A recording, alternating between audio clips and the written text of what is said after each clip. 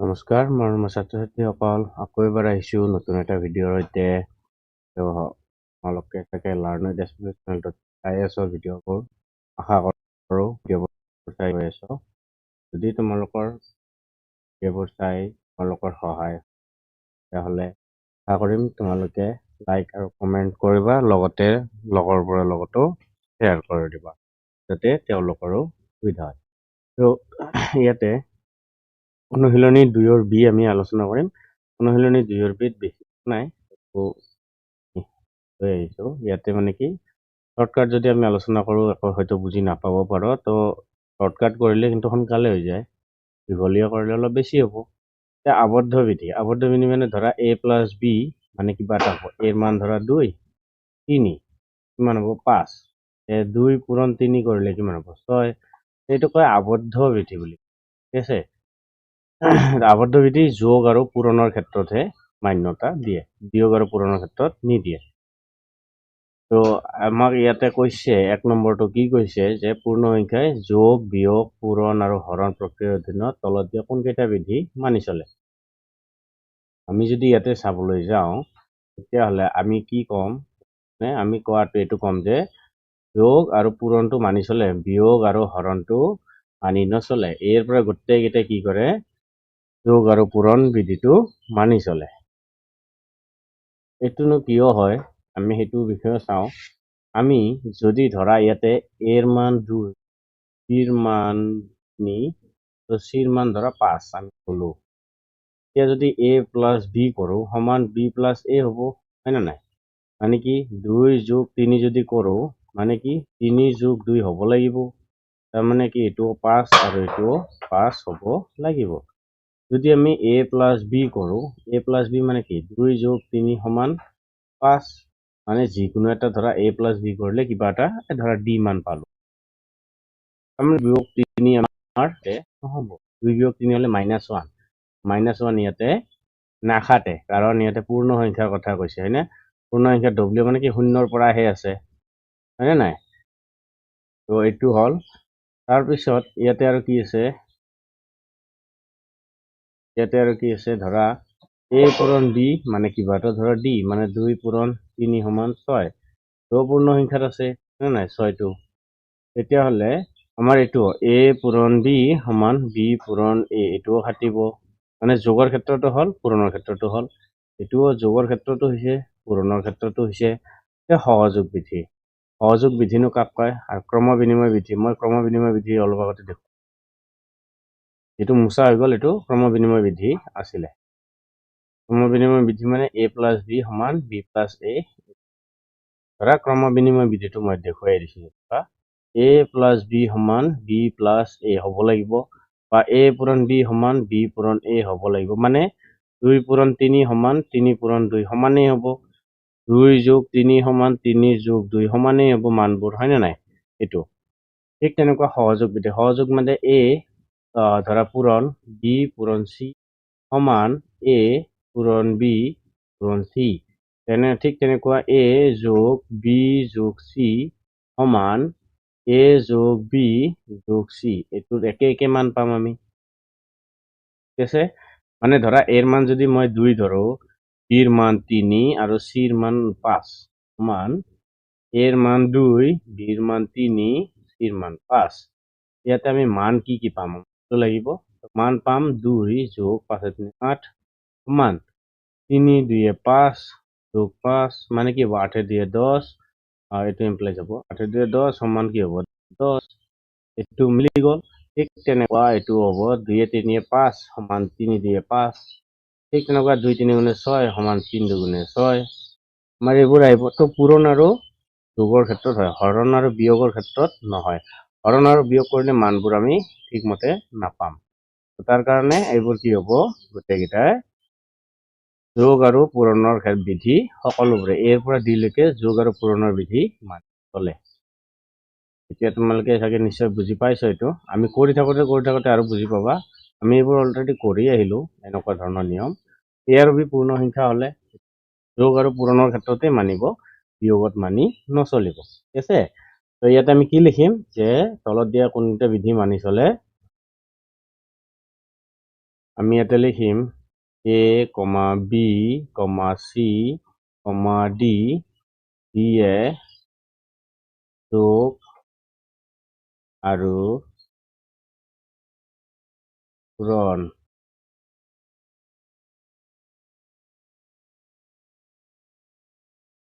মানি চলে। হৰণ আৰু বিয়োগ মানি নচলে। এইখিনি হৈ গ'ল। তাৰপিছত আমি আহোঁ 2 নম্বৰ। এটা টান নাই, কিন্তু অলপ বুজাত অসুবিধা হয় আৰু সেইটোৱে। আমাক ইয়াতে কৈছে এইখিনিৰ লগত কি পাবা? a হৰণ b বা a বাই b পৰা আমি b পৰা কি পাবা? তাৰমানে কি কৈছে a হৰণ b যদি হয় আৰু ইয়াতে a বাই b দিছে, মানে এইটোকে আমি এনেকৈ লিখিব পাৰি না, আগফালে a আছে, হৰণ চিন থাকিলে এনেকৈ লিখিব পাৰি, হয়নে নাই? এইটোৱে হ'ল এইটো, ঠিক আছে? কি পাবা? আমি ইয়াতে এটা বস্তু জানিম যে হৰণৰ ক্ষেত্ৰত ধৰা তোমাৰ কি কৈছে, ইয়াৰ পৰা কি পাবা? হয়তো আমি এইটো পাব পাৰো, এইটোও পাব পাৰো, ঠিক আছে? ইয়াৰে কিন্তু এইটো পাব নোৱাৰো।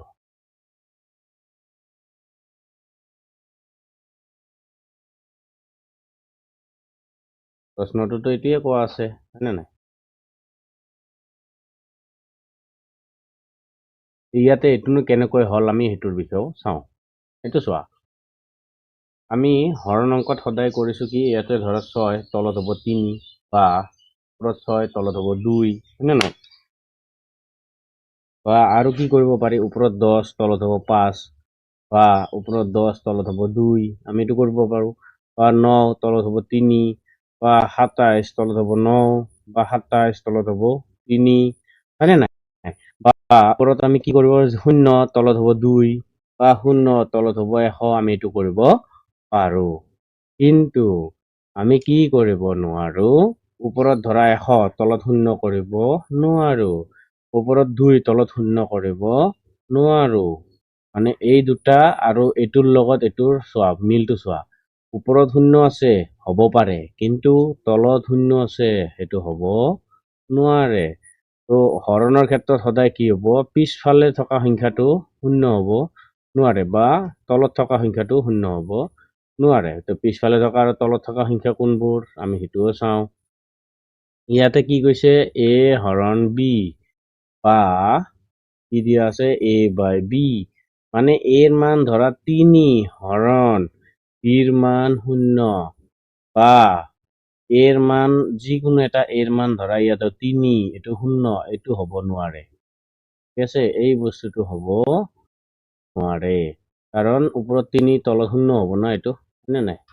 তোৰ লগত এইটো হ'ব, কিন্তু এইটো হ'বই নোৱাৰে এইটো বস্তু, ঠিক আছে?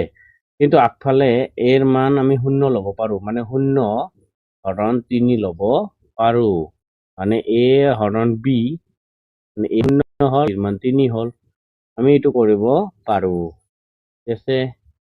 আৰু ঠিক তেনেকুৱা a হৰণ b বা a হৰণ b, মানে বিৰ জেগাত সেইকাৰণে 0 নহয় বুলি কৈছে, যে এইকাৰণে সমান চিনটো কাটি দিয়া আছে ন এই বস্তুটো, সেইকাৰণে এই দুটা হ'ব পাৰে, কিন্তু 3 নম্বৰটো হ'ব নোৱাৰে, ঠিক আছে? যিকোনো হৰণ সংখ্যাৰ ক্ষেত্ৰত আৰু যিকোনো সংখ্যাৰ ক্ষেত্ৰত তলত বা পিছফালে সংখ্যাটো 0 হ'ব নোৱাৰে, আগফালে 0 হ'ব পাৰে বা ওপৰত 0 হ'ব পাৰে, ঠিক আছে? তো ইয়াতে আমি কি ল'ম, সমাধান দিলে ইয়াৰ পৰা কি পাম, 1 আৰু 2 পাম। 1 মানে a does not equals to 0 বা b does not equals to 0, এইটোও পাম। 2 নম্বৰো পাম, মানে a 0 হ'ব পাৰে কিন্তু b 0 হ'ব নোৱাৰে, আমি এইটো পাম, বাকীখিনি নাপাওঁ, ঠিক আছে? 3 নম্বৰটো নাপাওঁই। 2 নম্বৰো হ'ল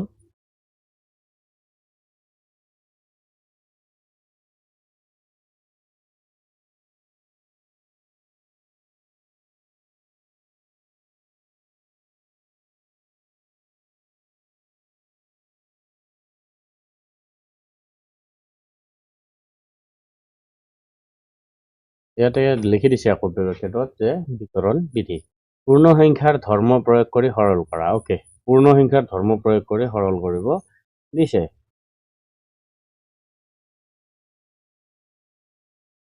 বিতৰণ বিধি দিয়া আছে। তো আমি প্ৰথমতে কি কৰোঁ, এইটো পাতি লওঁ। 83 পূৰণ 3 প্লাছ 7 পূৰণ 3। এতিয়া আমি চাওঁ যোগ চিহ্নৰ এইটো চাইডে আৰু যোগ চিহ্নৰ এইটো চাইডে কমন কি আছে। যোগ চিহ্নৰ দুয়ো চাইডে চোৱাচোন, কমন কি আছে? 3 কমন আছে, হয়নে? ইয়াতেও 3 আছে, ইয়াতেও 3 আছে, বাকীকেইটাৰতো মিল নাই। তাৰমানে এইটো বস্তুক আমি এনেকৈও লিখিব পাৰিলোহেঁতেন, হয়নে? 3 পূৰণ ইয়াতে ল'ব পাৰিলোহেঁতেন 83 প্লাছ 7, আমি এইটোও ল'ব পাৰিলোহেঁতেন, মানে 3 লগত একবাৰ এইটো। তাৰমানে এইটো কি হৈছে? বাওহতীয়া হৈছে। তো আগফালে পূৰণ হোৱা নাই, এইটো পূৰণ হৈছে পিছফালে, সোঁহতীয়া। তাৰমানে 83 পূৰণ 3 হৈছে প্লাছ 7 পূৰণ 3 হৈছে। এই বস্তুটো ক'ৰ পৰা আহিছে? এইটোৰ পৰা আহিছে, মানে এইটো মেইন সূত্ৰ এইটো হ'ল। এতিয়া আমি যদি মেইন সূত্ৰলৈ যাওঁ তেতিয়াহ'লে হ'ব, আৰু আমি এইটো কৰিলেও হ'ব। তো আমি মেইন সূত্ৰলৈ যাওঁ নেকি? মেইন সূত্ৰলৈ গ'লে বেছি ভাল হয়। বিতৰণ বিধি দিয়া আছে যিহেতু, তো বিতৰণ বিধি হয়েই। তো আমি যদি এনেকুৱাকে কৰোঁ, পূৰ্ণ সংখ্যাৰ ধৰ্ম প্ৰয়োগ কৰি কৈছে ন, তেনেহ'লে ইয়াতে আমি কি ল'ম? 83 প্লাছ 7 পূৰণ 3। তাৰপিছত 83 7 কিমান হ'ব? এইটো 90 পূৰণ 3 আছে ন, এইটো 90ৰ লগত ব্ৰেকেটটো থাকিবই। মানে আমি যদি যেতিয়া 90 কৰি দিম, ব্ৰেকেট গুচাই দিম, পূৰণ 3 3 গুণে 27 আৰু 0 270 হৈ গ'ল 1 নম্বৰ। আমি 2 নম্বৰটো কাষলৈ আনিছোঁ ইফালে।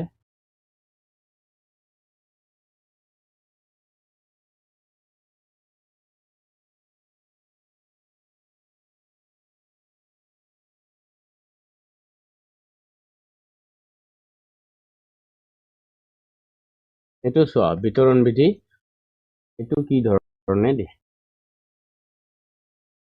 এইটো আমি কি দেখা পাই আছো? 5 পূৰণ 218 যোগ 12 পূৰণ 5।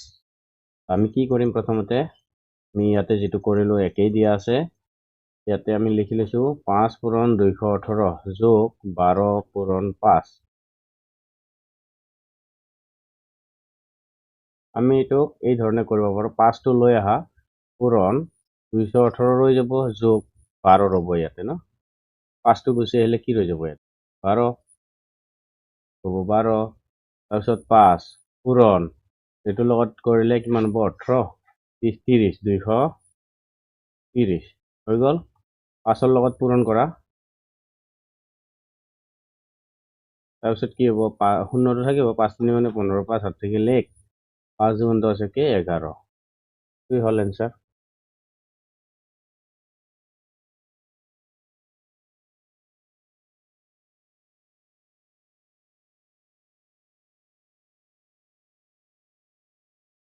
এয়া আহিল ক্ৰম বিনিময় বিধি।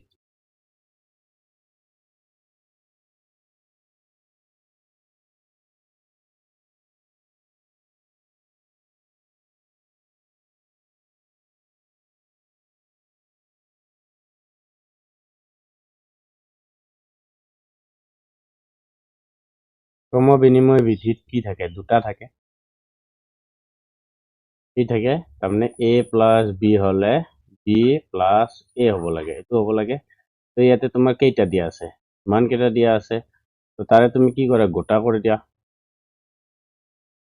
ঠিক আছে, এইটো গোটা কৰি দিলে কি হ'ব আমি সেইটো চাওঁ। ধৰা 21ৰ লগত যদি মই 29 যোগ কৰি দিওঁ, আৰু এইটোৰ লগত যদি এইটো যোগ কৰি দিওঁ, হৈ গ'ল। তো এইফালেতো 100 আছেই, হয়নে নাই? 21ৰ লগত যদি মই 29 যোগ কৰোঁ, কিমান পাম? 9 একে 10, 0 হাত থাকিলে 2 2 4 একে 5 50।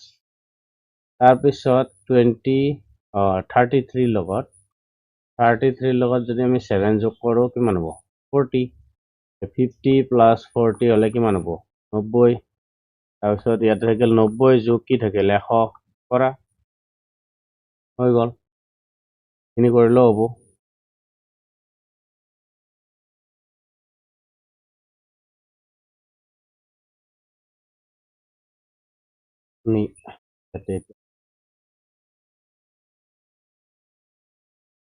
আমি যিটো ক'লো, এতিয়া ধৰা 21 যোগ আমি 21 লগত কি লওঁ?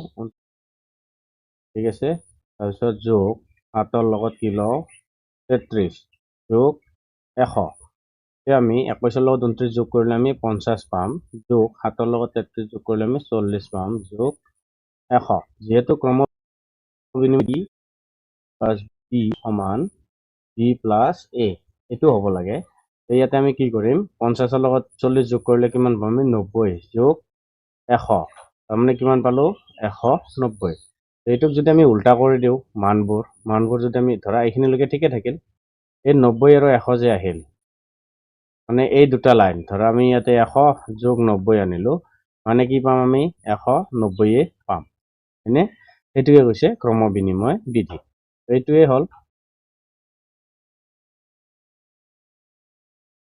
এইটোৱে হৈছে ইয়াৰে উত্তৰ হ'ল তাৰপিছত আমি আহোঁ তাৰ পিছৰটোত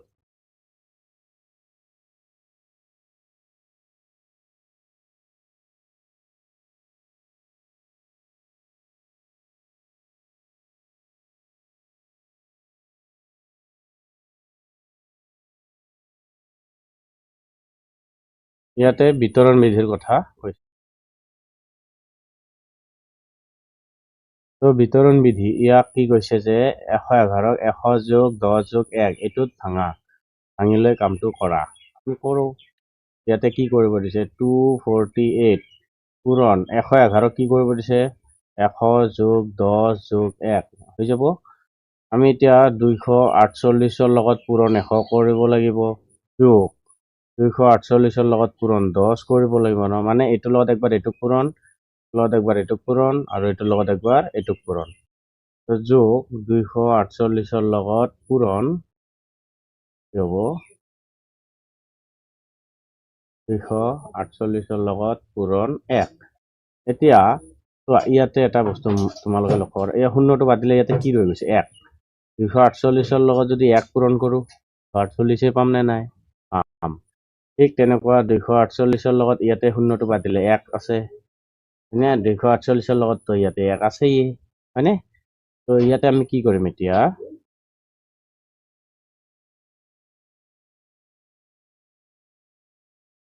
ইয়াতে 248 এক গুণে 248 শূন্য কেইটা আছিল দুটা বহুৱাই দিলো যোগ 248 এক গুণে 248 শূন্য এটা আছিলে এটা বহুৱাই দিলো আৰু 248 এক গুণে 248 এইকেইটাক যোগ কৰা 24800 তাৰপিছত 2480 তাৰপিছত 248 যোগ কৰিব লাগে কম 8 8 হাজার 12 2 হাতে গেল 1 10 আর 14 একে 15 5 হাতে গেল 1 4 দিয়ে 6 একে 7 তো 2 তাহলে কি পাম 27528 27528 আমি এইটো যোগ কৰি ইয়াতে পালো তো এই যোগ কৰাটো আমি ইয়াতে মুছি দিওঁ এতিয়া আমাৰ এইখিনি হৈ গ'ল তাৰ পিছৰ ভিডিঅ'টোত আহোঁ এতিয়া সৰি তাৰ পিছৰ প্ৰশ্নটো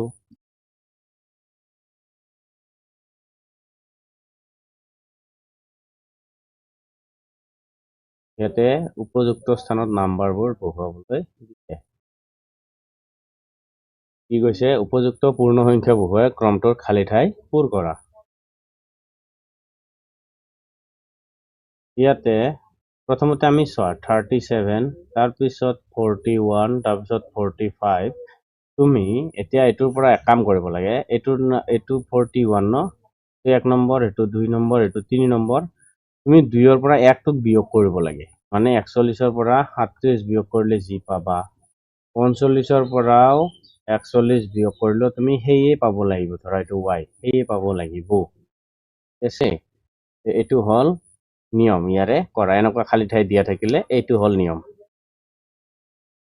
ইয়াতে এটা নিয়ম বেলেগ লাগি আছে এইটোক কয় সমান্তৰ প্ৰগতি এইটো তোমালোকক নিয়ম ইয়াতে দিয়া নাই তো এক কাম কৰা 41ৰ পৰা যদি মই 37 বিয়োগ কৰোঁ কি পাম 11ৰ পৰা 7 গ'লে 4 3 3 গ'লে 0 4 পালো 45ৰ পৰা 41 গ'লে আমি 4 পাবই লাগিব ন 4 পালো তাৰমানে কি হ'ব 45ৰ লগত যদি মই 4 যোগ কৰোঁ কিমান পাম 49 পাম তেনেহ'লে এইটোত পাম 49 ইয়াৰ লগত যদি 4 যোগ কৰোঁ কিমান পাম 53 পাম তেনেহ'লে ইয়াত পাম 53 ইয়াৰ লগত যদি 4 যোগ কৰোঁ কিমান পাম 57 তেনেহ'লে ইয়াতে পাম 57 ঠিক আছে তাৰমানে কি সকলোৰে মাজত কিমান আছে 4 4কৈ পাৰ্থক্য আছে হয়নে 4 4 পাৰ্থক্য যেহেতু আছে তেতিয়াহ'লে আমি কি কৰোঁ এতিয়া ধৰা খালী ঠাইত ন ৰঙা কলমে দিছোঁ 45ৰ লগত যদি মই 4 যোগ কৰোঁ কি পাম 49 পাম 49ৰ লগত 4 যোগ কৰিলে 53 পাম 53ৰ লগত 4 যোগ কৰিলে 57 পাম এইখিনি হৈ গ'ল এতিয়া আমি আহোঁ এতিয়া খালী ঠাইবোৰ ৰঙা কলমেদি দিম ভাল হ'ব তেতিয়া মানে ধৰিবলৈ বেছি ভাল হয় ৰঙা ডেঞ্জাৰ বস্তু নহয় জানো ডেঞ্জাৰক ৰঙাই দি দিব লাগে হয়নে তো খালী ঠাইটো ইয়াতে ডেঞ্জাৰ বুলিয়ে ধৰা ঠিক আছে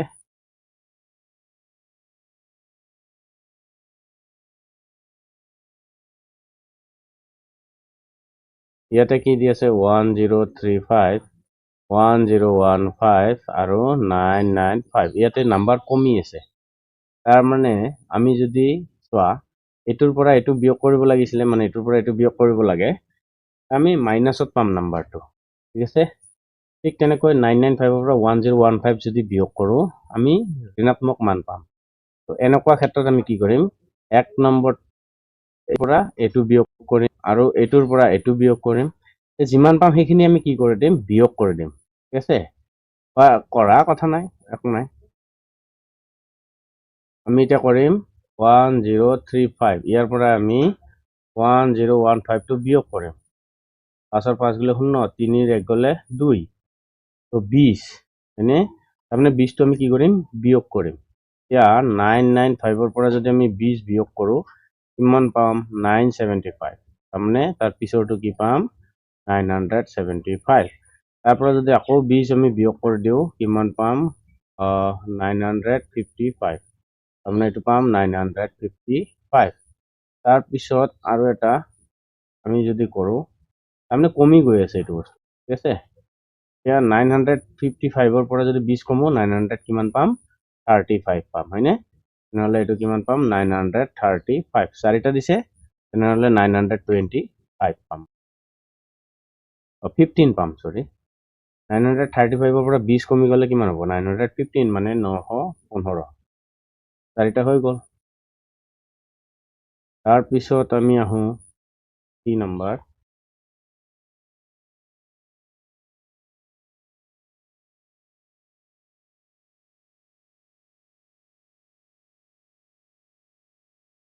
ইয়াতেও 4টা দিয়া আছে ইয়াতে অলপ কৰাৰ নিয়মটো বেলেগ আছে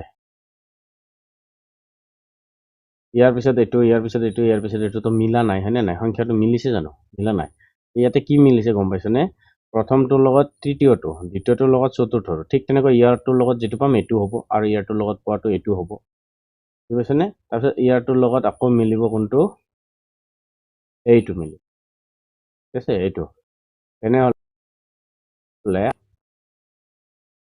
55 আৰু 60 60ৰ পৰা যদি 55 বিয়োগ কৰোঁ কিমান 5 হয়নে 5 কৈ বঢ়াই দিয়া এতিয়া 60ৰ লগত যদি 5 যোগ কৰোঁ আমি কিমান পাম 65 তো 65 ক'ত বহিব এই ইয়াতে বহিব 65 হৈছে তো আমি কি কৰোঁ এতিয়া প্ৰথমতে লিখি লওঁ লিখি লৈ তাৰপিছত আমি ইয়াতে লিখি দিওঁ ইয়াতে হ'ব 55 তাৰপিছত হ'ব 18 তাৰপিছত হ'ব 60 তাৰপিছত হ'ব 14 এতিয়া আমি ৰঙা কলমে দি ৰাখিম এতিয়া ইয়াৰ পৰা এইটো যদি আহে মানে 14 ইয়াতে এটা খালী হ'ব আৰু 14ৰ পৰা 18 মানে 18ৰ পৰা 14 হৈ গ'ল কি হৈছে কমি গৈছে 18ৰ পৰা যদি 14 হৈ গৈছে কিমান কমিছে 4 কমিছে তেনেহ'লে 18ৰ পৰা যদি 14 হৈছে 4 14ৰ পৰা যদি আৰু 4 কমে কিমান হ'ব এইটো 10 হয়নে ওকে এইটো হৈ গ'ল তাৰপিছত 60ৰ 60 55ৰ পৰা 60 এইটো 5 বাঢ়িছে তেনেহ'লে 60ৰ লগত আৰু 5 যোগ কৰিলে কিমান পাম 55 ওকে তাৰপিছত এইটো হৈ গ'ল এতিয়া ইয়াৰ লগত এইটো আহি এইটো হ'ল ইয়াৰ লগত এইটো আহি এইটো হ'ল তাৰপিছত ইয়াৰ পৰা এতিয়া আমি লাষ্টত যাম এতিয়া ইয়াৰ পৰা আমি এইটোত আহিম হয়নে আমাৰ উল্টা হ'ল নেকি আমি প্ৰথমতে চিন দি লওঁ বেছি ভাল হ'ব হয়নে নাই এটা দুটা তিনিটা চাৰিটা ওকে তো প্ৰথম দুটা ভৰ্তি হৈ গ'ল মানে কোনটো গ'ল ইয়াৰ লগত এইটো দিলোঁ তেনেহ'লে এইটো ভৰ্তি হ'ল ইয়াৰ লগত এইটো দিলোঁ মানে এইটো ভৰ্তি হ'ল তো আমাৰ ইয়াতে লেখাত উল্টা হৈছে। আমাৰ লেখাত কি উল্টা হৈছে এইটো চোৱা। 10 আৰু 65টো উল্টাকে হৈছে পঢ়োৱা হয়নে তাৰ কাৰণে। তো ইয়াতে কি হ'ব 65 তাৰপিছত আহিব 10 মানে এইটো হ'ল। তো 10 যদি হ'ল এতিয়া ইয়াৰ পৰা এইটোত আহিব আৰু ইয়াৰ এইটোত যাব। তাৰপিছত 65ৰ লগত 5 যোগ কৰিলে কিমান পাম আমি 70 নে 10ৰ পৰা 4 গ'লে আৰু কিমান হ'ব এইটো 6 আমাৰ এইখিনি হ'ব। এইখিনি এতিয়া মুছি দিব পাৰোঁ।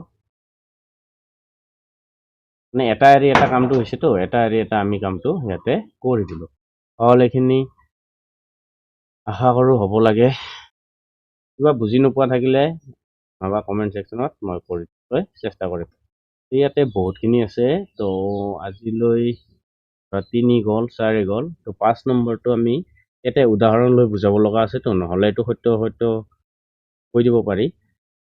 একো নাই আমি 5 নম্বৰৰ পৰা বেলেগ এটা ভিডিঅ'ত আলোচনা কৰিম। আজিৰ ভিডিঅ'ত ইমানতে সামৰণি মাৰোঁ। ধন্যবাদ।